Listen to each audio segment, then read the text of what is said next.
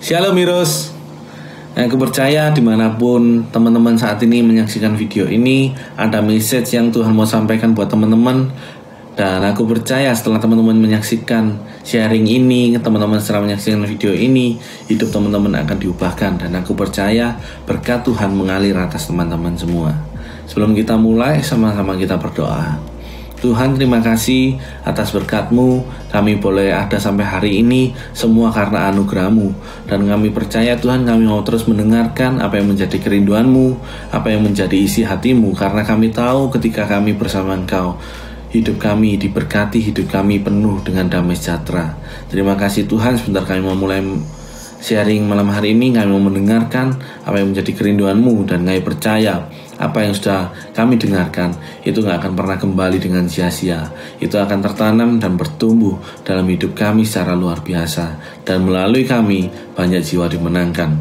Terima kasih Tuhan. Kami serahkan semuanya hanya di dalam nama Tuhan Yesus.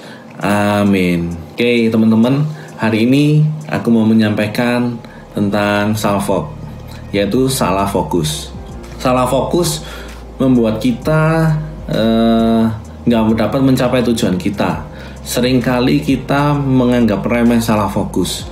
Tapi ketika di momen-momen tertentu, ketika kita salah fokus, itu akan menghasilkan efek yang sangat fatal. Saya kasih contoh yang simpel. Mungkin teman-teman sering atau beberapa kali mungkin ya pernah ke mall niatnya mau belanja baju, atau niatnya mau belanja lampu rumah sudah mati, ke toko elektronik aja di mall sekalian jalan-jalan. Ternyata ketika sampai di mall, ada banyak diskon, lihat sale. Teman-teman mampir, dan ketika mampir teman-teman belanja, keasikan, lihat baju, celana dan segalanya, sampai akhirnya teman-teman lupa bahwa tujuan teman-teman awal datang ke mall adalah untuk belanja lampu. Dan itu sering terjadi dalam hidup kita. Kita punya tujuan, 5 tahun lagi aku mau menjadi seorang miliarder. Tapi sering berjalannya waktu, di tahun pertama mungkin kita semangat, di tahun kedua, di tahun ketiga, ketika kita menghadapi masalah, kita menghadapi cobaan di kerjaan yang berat, kita sudah merasa sudahlah cukup, nggak perlu untuk melanjutkan apa-apa lagi, nggak mau kerja lagi, semua lingkungan kerjaku seperti ini, kondisi kerjaku seperti ini, Tuhan nggak ada di pihakku, Tuhan nggak membela aku. Aku mau sampaikan ke teman-teman semua, jangan salah fokus. Kita harus tetap fokus ke Tuhan. Kita harus fokus apa yang jadi goalnya Tuhan dalam hidup kita, bukan goalnya kita yang kita fokuskan. Saat ini kita lihat di Yohanes 5, dikatakan ada seorang yang berada di dekat kolam Bethesda. Ia seorang yang lumpuh selama 38 tahun. Ketika itu, saya singkat teman-teman, ketika itu Yesus datang menghampiri orang tersebut. Dan Yesus berkata ke orang tersebut, apakah kamu ingin sembuh? Tapi jawaban orang ini bukanlah menjawab iya, tapi malah kembali tanya ke Yesus, siapa yang bisa menolong aku untuk masuk ke dalam kolam? Karena kolam itu, ketika orang masuk ke dalam kolam itu, yang pertama dia yang mendapatkan kesembuhan. Sedangkan orang ini lumpuh sudah 38 tahun, dia nggak punya siapa-siapa, nggak ada yang mau menolong dia. Nah, dari orang tersebut kita bisa lihat bahwa ya ini memiliki salah fokus. Salah fokus yang pertama adalah di kekurangan. Orang ini salah fokus, dia melihat kekurangannya. Dia melihat lumpuhnya ini sudah 38 tahun. Nggak fokus apa yang ada di depannya, padahal di depannya sudah ada Tuhan Yesus, yaitu yang dimana itu adalah kesembuhannya, bukan kolam itu. Mungkin kolam itu memang menyembuhkan, tapi lebih dari itu, kesembuhan itu ialah dari Tuhan sendiri. Orang ini salah fokus, dia fokusnya ke kekurangannya, lihat kondisinya. Yang kedua, orang ini fokus pada kegagalan. Berulang kali ia jatuh dan dia nggak dapat mencapai ke kolam. Berapa sering juga kita sebagai anak-anak Tuhan, kita sebagai anak-anak percaya, kita fokusnya itu ke kekurangan kita fokus ke kegagalan kita. Dan aku percaya ketika kita punya goal, kita punya fokus Tuhan berkata kita adalah anak-anak yang diberkati, kita adalah anak-anak yang diurapi. Ketika kita seringkali kita mengalami proses yang Tuhan berikan, kita nggak sanggup, kita selalu menyerah, kita selalu marah, kita selalu ngomel sama Tuhan. Tuhan terlalu berat, aku nggak bisa untuk menghadapi masalah ini. Tuhan terlalu berat di kerjaan, Tuhan terlalu berat di keluarga. Padahal untuk mencapai tujuan yang Tuhan tunjukkan ke kita, tujuan yang Tuhan sampaikan ke kita, itu harus melalui proses yang memang sakit. Nah, apa sih penyebab orang tersebut memiliki fokus yang salah? Yang pertama adalah bosan. Kondisinya nggak berubah.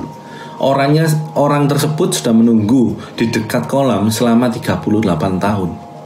Mungkin sama dengan kita. Kita sudah menunggu di keluarga kita, mungkin orang tua kita sering bertengkar, mungkin perekonomian hutang piutang sudah bertahun-tahun. Kita sudah menunggu, Tuhan gimana, sudah dikejar debt collector, Tuhan gimana, sudah dikejar ini, Tuhan gimana, Tuhan gimana, Tuhan gimana. Kita bosan dengan keadaan kita, kok nggak selesai-selesai, gimana kondisi kita ini Tuhan, masa depanku gimana. Yang kedua, kita bingung dengan fokus kita. Ketika kita bingung, kita nggak tahu harus kemana, kita nggak tahu apa yang harus kita lakukan untuk menyelesaikan masalah-masalah ini. Kita selalu bingung. Akhirnya ketika kita bingung, kita salah fokus, kita terganggu dengan lingkungan sekitar kita. Ketika kita mungkin punya plan A, itu tadi, ketika kita mengalami proses yang sakit, akhirnya ada teman yang menawarkan, ayo mabuk yuk, ayo kita rokok yuk, ayo ikut aku ke tempat-tempat yang nggak benar, ke tempat-tempat yang membawa kita bukan menjadi lebih baik, tapi malah kita terganggu, akhirnya menjadi pribadi yang nggak baik. Kita menjadi terkena masalah-masalah lain yang seharusnya kita nggak alami masalah itu. Dalam kebingungan adalah sesuatu yang wajar untuk manusia memikirkan itu. Ketika kita dalam kondisi kepepet, kita adalah refleks kita. Seorang manusia adalah untuk memperbaiki kondisi dan situasi dengan cara kita sendiri. Itu adalah cara dunia dan itu adalah naluri kita. Tapi ketika kita fokusnya memperbaiki kondisi kita sendiri dengan kekuatan kita, itu akan memperlambat kita untuk mencapai tujuan yang sudah Tuhan berikan. Karena apa yang Tuhan sampaikan, apa yang Tuhan katakan, itu berbeda dengan dunia yang katakan. Tuhan berkata kamu adalah anak diberkati, dunia berkata kamu adalah anak yang hancur, kamu adalah anak yang gagal, kamu bukan anak berhasil, kamu adalah anak yang dikutuk, kamu adalah anak yang gak berbakat, kamu adalah anak bodoh.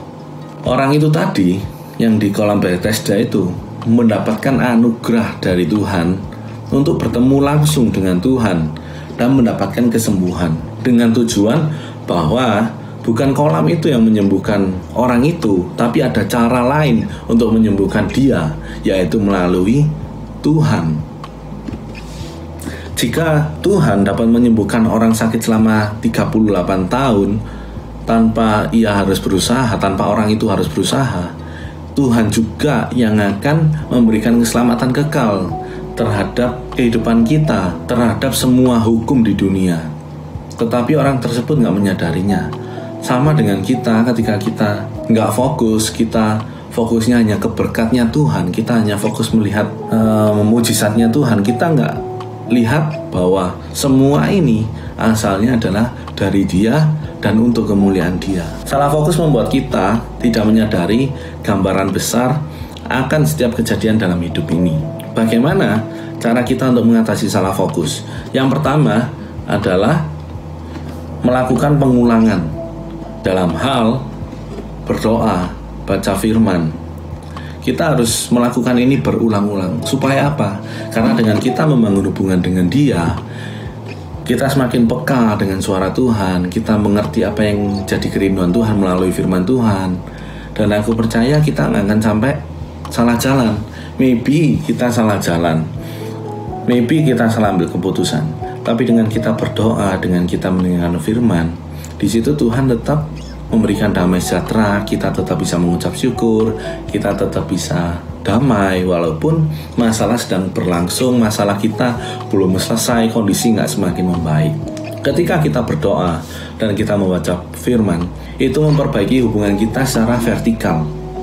Hubungan vertikal ini berbicara langsung dengan Tuhan. Hubungan vertikal ini berhubungan tentang garis lurus, yaitu atas ke bawah. Kalau horizontal, kiri ke kanan. Jadi segala urusan kita tentang vertikal dan horizontal itu sudah Tuhan sampaikan, sudah Tuhan selesaikan di atas kayu salib. Yang kedua adalah kurangi ekspektasi. Kita seringkali berharap orang melakukan ini itu untuk kita, tetapi kenyataannya kehidupan ini nggak sesuai dengan apa yang menjadi ekspektasi kita. Seringkali kita berharap nanti aku lulus SMA mau kuliah di tempat ini, setelah kuliah mau kerja di tempat ini, nanti umur segini gini kita semua sudah punya plan. Tapi pada faktanya kita seringkali melebihi apa yang Tuhan inginkan dalam hidup kita. Tuhan mungkin ingin kita menjadi orang A. Tuhan ingin menjadi kita sebagai direktur. Tuhan ingin menjadikan kita sebagai seorang pastor. Tapi karena kita punya ekspektasi yang lebih, kita punya, oh Tuhan aku nanti akan gini. Ketika kita mengalami masalah, kita akhirnya capek. Kita akhirnya merasa menyalahkan Tuhan, merasa hidup ini terlalu berat, hidup ini terlalu banyak masalah. Padahal kita yang memiliki ekspektasi yang terlalu tinggi. Yang ketiga yang bisa kita lakukan adalah dengan kita rest, percaya atau berserah ke Tuhan. Segala kita sudah lakukan, kita sudah melakukan pengulangan, kita sudah berdoa, kita sudah baca firman, kita sudah mengurangi ekspektasi kita. Dan yang bisa kita lakukan terakhir adalah istirahat, rest. Rest di sini berbicara tentang kita berserah, kita percaya sama Tuhan sepenuhnya, kita do nothing. Kita nggak melakukan apapun, tapi serahkan semuanya ke dalam tangan Tuhan. Kita hanya bisa berdoa, Tuhan, rancangan Tuhan yang terbaik atas hidupku, apapun yang terjadi, semua atas kehendak-Mu dan atas izin-Mu. Pertimbangkan dalam keseharian kita, fokusnya melihat kemampuan dalam diri kita atau melihat Kristus dalam hidup kita. Ada 4 hal yang mau saya sampaikan. Yang pertama adalah semua orang pernah mengalami salah fokus dalam hidupnya. Kembali kepada karakter Kristus dan membuat Yesus menjadi pusat atas segala kita. Masa lalu kita nggak pernah akan bisa kita ubah. Hari ini kita nggak bisa mengatur, yang akan datang pun kita nggak akan bisa ngatur. Tapi ketika saat ini teman-teman dengarkan sharing hari ini, aku ingin sampaikan ke teman-teman untuk kita jangan menyesali apa yang pernah terjadi, tapi kembalilah fokus ke Tuhan, bukan fokus ke berkat-Nya, bukan fokus terhadap mujizat-Nya, tapi kita fokusnya hanya ke Tuhan. Dan ketika Yesus menjadi pusat, aku percaya semua yang kita hadapi akan terasa ringan, dan semua yang menjadi kehendak Elohim itu akan tergenapi satu demi satu dalam hidup teman-teman. Yang kedua, dalam kita berkarya, kita harus memiliki suatu tujuan yang jelas untuk menjadi sebuah karya yang luar biasa. Fokus berkarya memerlukan konsistensi. Yesus fokus akan karya keselamatan yang dilakukannya. Godaan dari iblis, pilihan yang lebih baik, tidak membuat Yesus goyah. Jadi kita harus memiliki tujuan yang jelas. Kita harus kreatif dalam melakukan segala sesuatu. Mungkin ketika kita di dalam perusahaan, kita dalam bekerja, dunia bekerja, kuliah, sudah melakukan cara A, ternyata nggak berhasil. Bukan kita menyerah dengan keadaan, tapi kita harus melakukan plan B, plan C, plan D. Kita harus tetap punya plan. Dan semua plan ini kita serahkan semuanya di dalam nama Tuhan. Dan aku percaya semuanya itu tadi akan tergenapi, akan diubahkan oleh Tuhan. Yang ketiga, fokus dalam memperhatikan kebutuhan orang lain. Melatih kita untuk fokus akan apa yang menjadi kehendak Elohim sebagai penerima anugerah. Jadi walaupun kondisi kita nggak baik, kondisi kita sedang jelek, ekonomi kita kurang baik, tapi kita harus tetap peduli dengan sesama kita, orang sekitar kita. Karena dengan kita fokus, kita memperhatikan orang-orang sekitar kita, itu akan membuat kita pun menjadi lebih fokus terhadap anugerah yang sudah Tuhan berikan buat kita. Dan yang terakhir, ketika terjadi salah fokus dalam komunitas, seringkali di komunitas kita bertemu dengan orang banyak, kita mungkin salah fokus, salah tangkap, salah terima. Tapi bukan kita justru malah buat geng. Kita harus malah menyatukan teman-teman kita yang salah fokus. Kita harus membantu teman-teman kita yang gesekan, yang nggak dalam kondisi yang baik, mungkin salah komunikasi, miskomunikasi.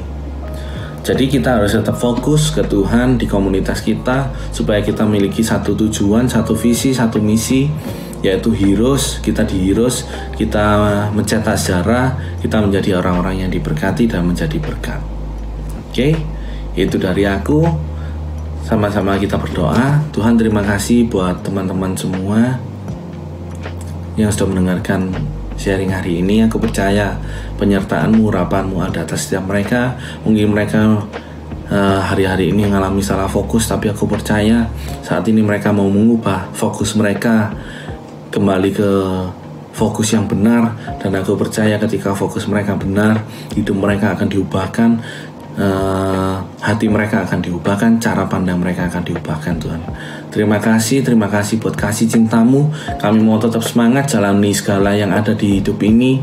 Kami mau serahkan semuanya hanya di dalam nama tangan-Mu saja Tuhan. Dan kami percaya melalui hidup kami akan banyak jiwa dimenangkan. Terima kasih Tuhan buat sharing kami. Terima kasih buat apa yang menjadi kerinduan-Mu. Kami percaya hari ini kami menjadi orang-orang yang luar biasa. Terima kasih Tuhan, hanya di dalam nama Tuhan Yesus. Haleluya, amin. Thank you, Yesus Amasya. Bless you.